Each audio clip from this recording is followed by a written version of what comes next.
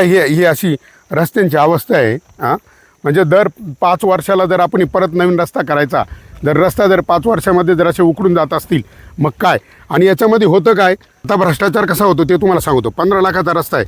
15 लाखाचा रस्ता आला का जो पुढारी, खासदार असू द्या, आमदार असू द्या, जो ते पत्र देतो तिकडून मिळवून त्याला मंजुरीचं, तो घेतो 20%. 15 लाखाला 20% किती झाले? 3 लाख 3 लाख रुपये. 3 लाख रुपये. 3 लाख रुपये गेले. खाली किती राहिले? 12 लाख. 12 लाख. बरं, त्याच्यामध्ये परत जो अधिकारी त्याला ती वर्क ऑर्डर देतो तो घेतो 5%, 75,000. बरं, आणि परत जो ते काम व्यवस्थित झालंय तो पाहणी करतो ना तो घेतो 5%, 75,000. हा. आणि नंतर त्याला जो बिल काढून देतो ना शेवटचं तो घेतो 5%, ते पुन्हा ते 75. परत 75.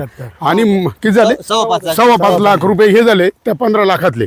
आणि नंतर परत त्याच्यामध्ये त्यांना GST 18% केंद्र सरकारला द्यायचं आहे. GST 2,70,000 म्हणजे 2,70,000 आणि ते 5.25 हे किती झाले? 7 लाख रुपये. मग 15 लाखातले जर 7 लाख रुपये जर असे गेले तर त्याला 8 लाखामध्ये त्या ठेकेदाराला रस्ता करायचा आहे. मग मी माझ्या पुढाऱ्याला मी नेहमीच सांगतो का अरे तुम्ही तुमची टक्केवारी घेऊन बाजूला वाहत्या, तो पुढारी अधिकारी त्यांची टक्केवारी घेऊन बाजूला वाहत्या, मग त्या ठेकेदाराला लक्ष ठेवील कोण? आणि त्यांना तो 15 लाखाचा रस्ता 8 लाखात कसा करायचा? हा मोठा प्रश्न आहे ना. आणि मग तो काय करतो, आणि वरून त्याला 8 लाखातच नाही करायचं, त्याला 15 लाखाची बिलं द्यायची शासनाला.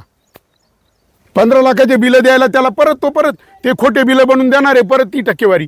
आणि त्या 8 लाखात तो पूर्ण रस्ता नाही करीत, त्याच्यातही त्याला 3-4 लाख रुपये पाहिजे. त्याने एवढे चक्रा मारलाय, तो घेतो त्याच्यात 3-4 लाख रुपये. मग 4 आणि 5 लाखामध्ये रस्ता होईल कसा? जो रस्ता 15 लाखाचा आहे.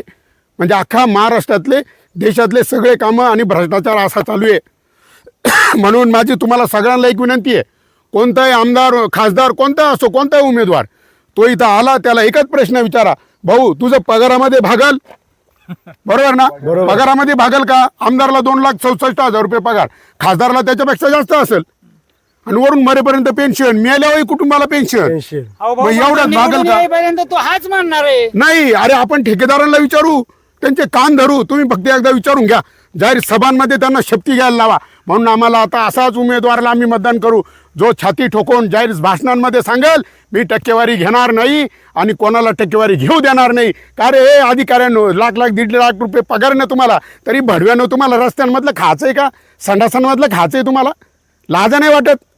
अरे त्या वर्षाला तर घाबरा जरा. हां, अरे भ्रष्ट अधिकारी आणि भ्रष्ट पुढारी हेच खरे देशाचे गद्दार.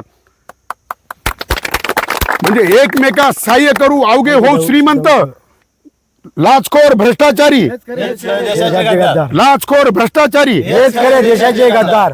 मग अशा गद्दारांना, अशा भ्रष्ट लोकांना आपल्याला धडा शिकवायचा आहे. तुम्ही सगळे संघटित आहे. कोणताही पुढारी येऊ द्या, त्याला विचारायचं भाऊ तू टक्केवारी शिवाय काम कर, पगारात तुझं भागलं पाहिजे तरच आम्ही तुला मतदान देऊ. जय जवान, जय किसान, जय जवान, जय किसान. भारत माता की जय, भारत माता की जय. वंदे मातरम, वंदे मातरम. भूमिपुत्र फाउंडेशनचा विजय असो, भूमिपुत्र फाउंडेशनचा विजय असो. चला, धन्यवाद. धन्यवाद.